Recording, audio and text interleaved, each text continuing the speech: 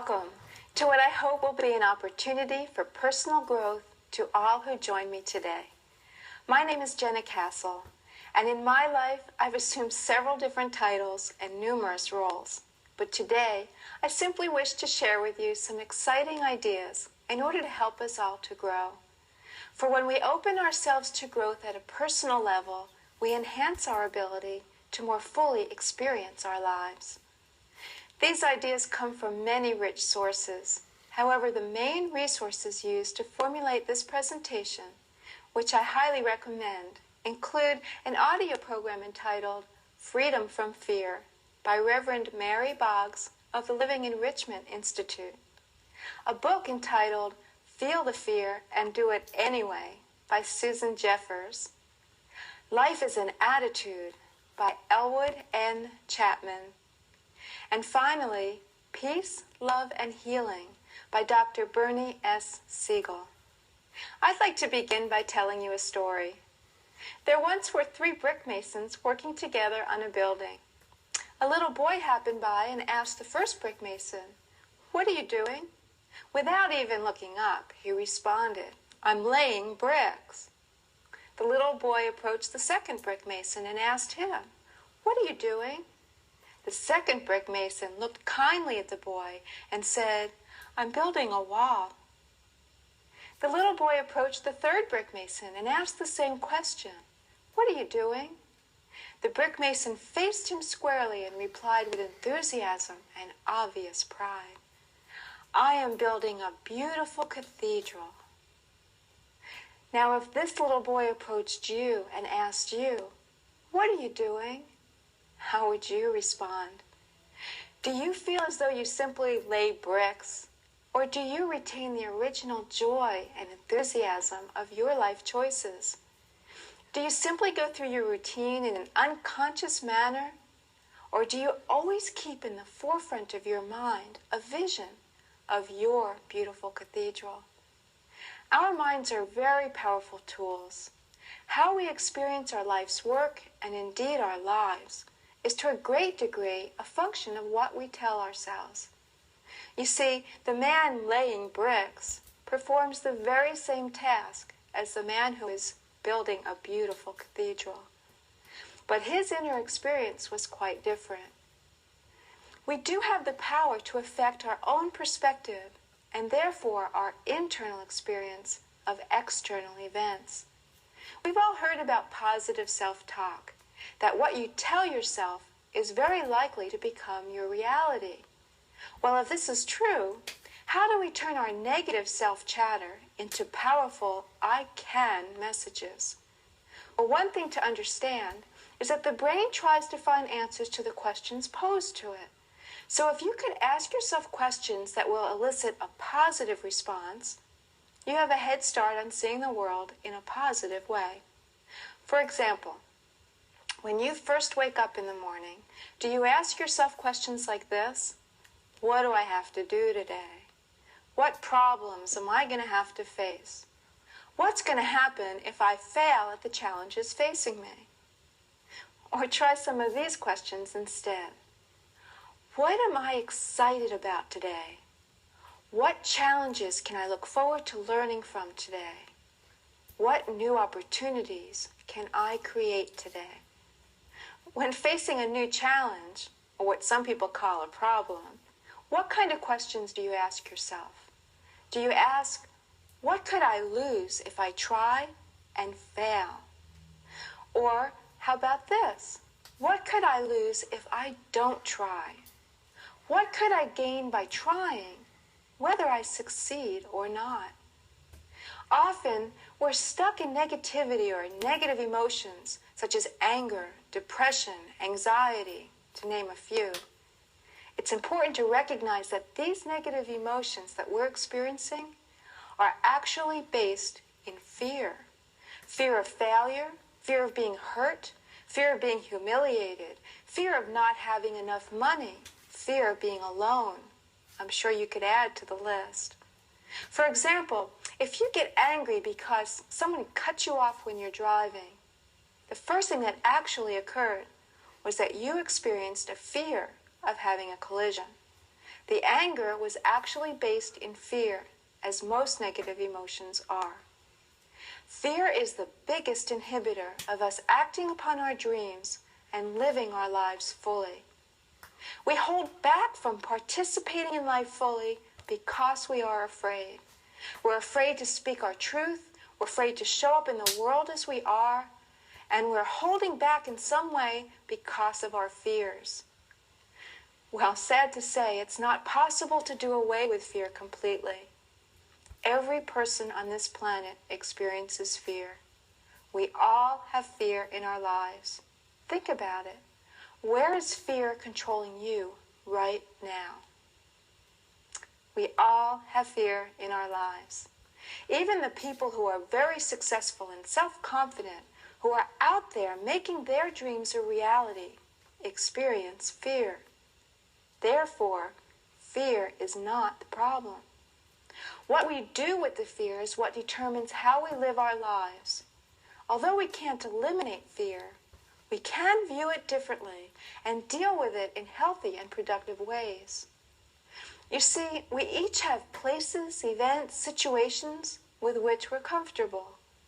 This is known as our comfort zone. We each have a very unique comfort zone based on our own past experiences, our perceptions of our capabilities, and our willingness to be out in the world. Some people are only comfortable in the confines of their own home. Others venture out into the world, into the workplace. And others still seem to make the whole world their home. Well, when a challenge is presented that is outside our personal comfort zone, fear appears. Sometimes our fear induces enough self-doubt that it actually prevents us from moving ahead. We allow the fear to immobilize us and to stop us from living fully or realizing our dreams. Well, what's the alternative? If we could shift our perspective and see fear instead as an ally that's telling us, proceed with caution, but proceed. A warning, if you will, that says clearly and boldly, growth opportunity ahead.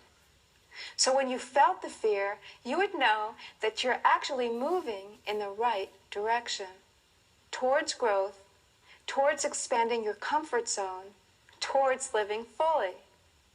If we face our fears squarely and imagine in the safety of our minds, which after all is where fear exists, how we might deal with the challenge, we can take steps towards experiencing the fear and moving forward.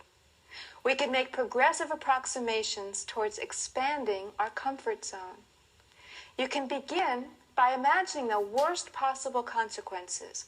What if the worst happened? And imagine yourself handling it. Every experience we've had began in thought and was projected into the world of being. Thoughts with feeling become reality. We must create what we do in this world twice. Once in our minds, and then again out in the world to make it so. So facing the fear and imagining how would you handle that situation makes it easier to proceed with optimism. And as Oscar Wilde said, the basis of optimism is sheer terror. But how can we get past our fears? As Susan Jeffers says in her book of the same title, feel the fear and do it anyway. Each time we venture beyond the confines of our comfort zone, we discover new ways of being. We discover inner strength and abilities. We learn to expect bigger and better things from ourselves. Expectation is another very powerful determiner of events. I'd like to share a story with you about a young man who took the Scholastic Aptitude Test, the SAT, as part of the college entrance procedures. When he received his test scores back, he saw the number 98 on the paper. Well, he was quite distressed and concerned about his ability to succeed in college with an IQ as low as 98. But he did go to college. His first term, he received D's and F's. His second term was no better, and the dean called him in for a conference. The dean warned him that if his performance continued at this poor level, he would be asked to leave the school. "Well, what do you expect?" replied the young man. "I only have an IQ of 98. The dean took out the file and explained to the young man, "You don't have an IQ of 98. You scored in the 98th percentile.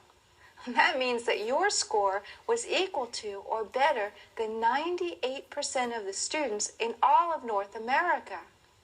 Well, the next term, that student pulled a 4.0 grade point average. The only thing that had changed were his expectations. Another example of how powerful expectations are in determining events was shown in a research project conducted in San Francisco. 3 teachers had been brought into the principal's office and told, "You 3 teachers are the best teachers in this whole school. We've decided to reward your performance by giving you each 30 of the best students." These teachers were asked, "Don't tell any of the students or the parents about this." At the end of the year, it was found that these students tested significantly higher than all of the students not only in the school, but in the entire district. The teachers were brought in again. They were informed that this had been an experiment and that the students had actually been selected at random. Well, the teachers were amazed, and they could explain the high scores only by the fact that they were, after all, the best teachers. Well, then the researchers informed them, "Actually, we put all the teachers' names in a hat, and yours were the 3 that were pulled." This was a double-blind study, with the only factor not being controlled for being expectations. In summary, if we learn to live with fear as an ally, which navigates our path in the direction of growth, use our minds and strength of spirit to expand our personal comfort zone, and learn to expect bigger and better things of ourselves, we will enhance our ability to live more fully with a constant focus on our beautiful cathedrals. I'd like to leave you with a poem that says, "Come to the edge," he said. "No," they replied, "we will fall." "Come to the edge," he said. "No, we will fall." "Come to the edge." They went to the edge. He pushed them, and they flew. I wish you all a good flight. Thank you.